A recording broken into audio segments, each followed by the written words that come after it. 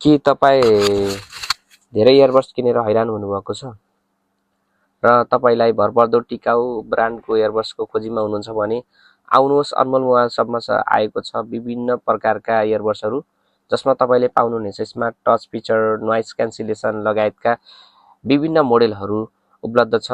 हामी कहाँ 6 month warranty सहितको लङ लास्टिङ इयरबड्सहरू पाउन सक्नुहुनेछ।